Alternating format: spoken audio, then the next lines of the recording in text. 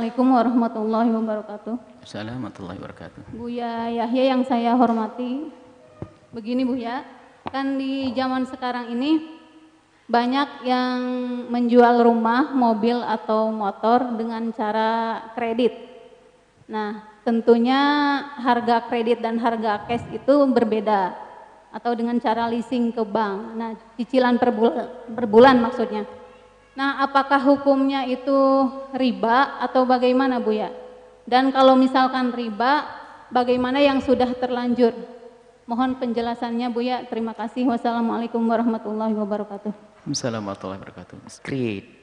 Kredit itu adalah pada dasarnya sah. Jika kredit murni, kredit beneran, kredit beneran. Kredit beneran itu begini kisahnya. Saya punya rumah. Saya ingin jual kepada Anda tempo 10 tahun. Anda boleh bayar setiap tahun adalah 100 juta. Berarti rumahnya 1 miliar. Wah, Buya kaya raya. Contoh saja ya. Jadi kalau saya jual rumah kepada Anda, kemudian karena Anda tidak bisa membayar kontan, maka sebagian pembayaran Anda dahulukan, sebagian Anda cicil. Maka kredit hukumnya sah kecuali di dalam emas dan perak. Hei pengurus dunia perbankan syar'i, kami dukung bank syariah untuk berkembang, tapi Anda harus insyaf. Jangan urusan kredit emas masih Anda jalankan, Anda merusak diri Anda sendiri. Itu bukan transaksi yang mendesak. Orang nggak kredit emas nggak mati, nggak petean bahasa Jawa, masih dipaksa, saya dikirimi surat malahan. Itu haram kredit emas itu, karena emas itu harus kontan pembayarannya. Sudah nggak usah dimasukkan kalau Anda pengen syar'i. Itu bukan sesuatu yang mendesak kredit emas. Akan tapi kenapa? Jangan dicoreng diri Anda sendiri. Bank syariah kami dukung, karena kita harus hijrah dari riba. Tapi dari bank syariah sendiri harus segera berbenah. Kami gembar-gembar ke sana kemari bank syariah.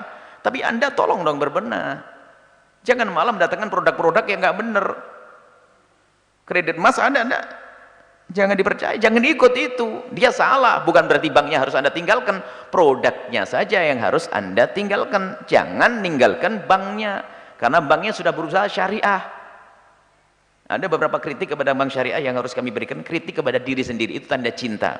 Sebab kami mendukung semuanya hendaknya hijrah, tapi banknya masih ada kekurangan. Ya, kekurangan itu adalah kita sempurnakan bareng-bareng. Baik, kredit secara umum adalah boleh. Orang jual rumah kredit, jual mobil kredit. Misalnya mobil saya jual kepada Anda. Kalau kontan saya jual 100 juta. Tapi kalau tempo 10 tahun jadinya menjadi 200 juta. Jadi saya jual 200 juta kredit 10 tahun, 100 juta kontan. Ini bukan menjual dengan dua harga, tapi saya menawarkan. Ini juga kesalahan sebagian memahami fikih, dipikir ini adalah termasuk transaksi yang nggak boleh. Loh kok dua harga? Oh bukan, saya akan jual dengan satu harga. Cuman saya tawarkan dengan dua harga. Kalau kontan 100 juta, kalau kredit 10 tahun 200 juta. Maka transaksinya setelah ini Anda pilih yang mana? Saya ambil kredit saja. Berarti Anda ngambil yang 200 juta. Yang tidak diperkenankan dan tidak sah dalam transaksi adalah jika kita berpisah, mobil Anda bawa, belum ada ketentuan Anda ngambil yang kredit atau Anda ngambil yang kontan. Misalnya saya tawarkan kepada Anda, ini kalau kontan 100 juta, kalau 10 tahun, kalau kredit 10 tahun 200 juta. Tatanya, marhaba, Anda bawa mobil, nggak sah. Kenapa? Saya nagih yang mana? Ribut nanti. Anda pengen ditagih yang 100 juta, saya pengen nagih yang 200 juga gulat nanti masuk mahkamah. Maka kalau sudah dipilih, maka menjadi menjual dengan seharga satu. Ini juga termasuk ada kesalahpahaman fikih, kadang-kadang nawarkan jangankan kok dua harga, 10 harga boleh. Ini kalau kontan 100 juta, kredit setahun 110, kredit 2 tahun 120, kredit 3 tahun 130, kredit 4 tahun 100, terus. Itu tawaran, tinggal Anda pilih yang mana. Belum transaksi ini, masa tawar-menawar transaksi. Baru setelah itu transaksi, aku ambil satu harga, selesai. Baik, kredit seperti itu aslinya kredit pada dasarnya adalah boleh. Cuman yang jadi masalah, ini kredit ini urusannya dengan siapa ini? Kalau seorang showroom menjual mobilnya kepada saya beli mobil ke showroom kredit dan benar-benar barangnya mobilnya showroom, saya bayar ke showroom ya sah-sah saja. Cuman kalau kisahnya showroomnya ini adalah nggak punya duit, nggak mampu untuk mendatangkan 300 unit mobil. Marketnya bagus, datang 500 orang mau beli mobil. Merek apa tuh ala kadarnya tuh. Nah, setelah itu harus tidak punya uang, gandeng bank panas, bank yang ada ribanya. Akhirnya pihak bank yang membiayai, pakai bunga atau tidak? Baik benar kalau bunganya nggak pakai, kalau banknya nggak pakai bunga namanya harum, bunga baunya busuk, bunga bank harus pakai bunga. Akhirnya Anda mengambil, Anda harus bayar kredit. Baik, setelah Anda bayarnya kemana? Ke bank. Berarti Anda ini orang yang tidak pintar lagi, karena Anda bayar ke bank itu sebenarnya Anda bayar, pertama adalah bayar mobil Anda, yang kedua keuntungan kepada yang punya mobil, yang ketiga adalah bayar bunganya. Anda harus sadar, Anda yang bayar bunga sebetulnya. Ya, Anda yang bayar bunga, berarti Anda telah menolong dalam kebatilan. Memang Anda tidak secara langsung berurusan dengan bunga, tapi Anda menolong dia. Oh, saya tidak tahu. Kalau Anda tidak tahu, dimaafkan sekarang. Kalau pura-pura tidak tahu yang jadi masalah. Dan sebagian ustadz yang kita temui memang tidak tahu, menganggap kredit dia, saya dipikir memang showroom itu punya mobil banyak. Enggak, tidak semua showroom banyak mobilnya. Itu urusan sama dunia perbankan. Nih, banyak sebagian ustadz mobilnya bagus-bagus, tapi kredit. Kalau kredit syar'i, alhamdulillah. Tapi kredit ini tidak syar'i, kalau tidak tahu semoga Allah mengampuni. Tapi sebagai seorang ustadz hendaknya harus mengetahui dong. Baik, nah permasalahannya adalah bukan masalah kreditnya, masalah cara kreditnya tadi. Kalau seandainya urusannya dengan showroom langsung, nggak ada masalah. Tapi pihak showroom tidak punya duit lalu ngurus dengan urusan dengan bank. Loh, apakah bisa disyariahkan?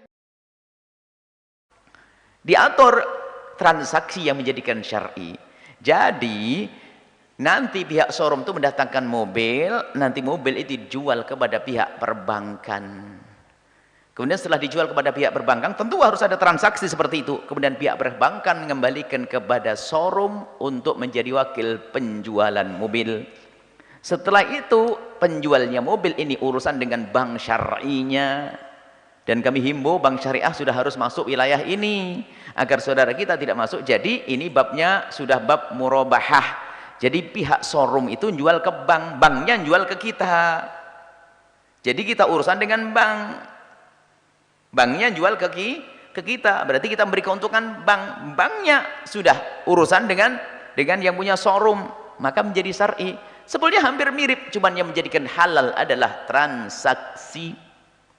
Jangan latah. Dan juga kami himbau jangan latah kredit. Biarpun kredit yang benar secara syar'i pun, apakah dihimbau? Entar dulu. Memang kredit nggak harus bayar. Kredit kan harus bayar. Setan itu kalau menjerumuskan orang tidak spontan. Kalau spontan tahu ini lubang, masuklah hamba Allah. Nggak mau. Lubangnya sama setan disiapkan di ujung sana. Suruh kredit. Kredit apa? Kredit mobil, kredit rumah, kredit panci, HP. Wah, gajinya mah besar. Berapa gajinya? Alhamdulillah suami saya sudah naik pangkat, gajinya 10 juta. Masya Allah. Mobilnya suami istri 2, 3 juta kali 2, 6 juta. Terus setelah itu apa lagi? Rumahnya 2,5, 8,5 juta. Terus apa lagi? Belum. Anaknya sekolahnya dari mana? Bingung. Nah, lihat kreditnya yang syar'i padahal. Melalui bank syariah Al-Bahjah padahal. Tapi apakah dihimbau semacam itu? Enggak. Biarpun Al-Bahjah punya bank gede, kami tidak menghimbau Anda melakukan yang demikian itu. Karena apa? ujung-ujungnya di sana setan. Kamu tagihan, malu dong, gayanya mobilnya bagus, kredit macet, enggak bisa bayar. Akhirnya mulai malu. Akhirnya setelah begitu ngambil kerjaan asal, yang penting dapat duit, kebayar. Akhirnya yang lakukan yang haram, masuk perangkap setan. Makanya jangan buru-buru, jangan beli rumah sebelum waktunya. Ini nasihat. Beli rumah kalau sudah ada. Ngontrak enggak apa-apa. Semuanya kita ngontrak. Meninggal tidak dibawa semua kuburannya ke kuburan, ya enggak? Jadi jangan buru-buru urusan. Sampai umroh haji kredit. Tulisannya haji ngutang kredit. Kalau enggak wajib ya sudah. Ini nasihat supaya Anda hidup ini nyaman. Anda tidak dikejar-kejar oleh kewajiban seperti itu. Hidup nyaman. Selagi Anda belum punya uang, jangan maksain umroh dan haji. Selesai. Rumah baginda Nabi, rumah Riyadh, kalau ditarik pintunya itu dalam waktu yang lama itu langsung tanahnya dalam, karena pintunya nyangkut ke tanah. Allah. Ada di Mekah miniaturnya rumah Rasulullah SAW. Oh, sederhana sekali. Di Mekah ya. Di Madinah. Di Madinah ada orang membuat miniatur rumah Nabi dan seterusnya. Ternyuh kita melihatnya. Begitu sederhananya. Oh, itu kan Nabi. Jangan ngomong itu Nabi. Nabi itu sering mendapatkan hadiah macam-macam, emas segala macam. Bisa Nabi buat istana megah, bisa. Nabi pernah mendapatkan hadiah baju bersulam emas. Mana punya bersulam emas? Orang paling kaya di Indonesia pun nggak punya baju bersulam emas kok. Tapi Nabi mendidik kita agar kita tidak menjadikan ukuran hidup kita dunia. Kalau Allah memberikan kepadamu kelebihan, syukuri, nikmati. Pakai rumah yang rapat, rumah pakai AC, mobil yang enak, tapi ingat dari Allah, untuk Allah. Tapi yang jadi masalah adalah jika kita selalu mengejar dunia, target dunia, target pakai kredit segala macam, tadi babnya kredit. Jadi kalau belum waktunya nggak usah beli ya, nggak usah kredit, ngontrak rumah aja, ngontrak bareng-bareng, tetangganya rame, kontraktor semuanya. Nah, yang penting baik, nggak usah. Jangan dipaksa diri Anda dengan sesuatu seperti itu. Maka kunci hidup indah, yang luar biasa indah, adalah membiasakan dengan kesederhanaan. Allah.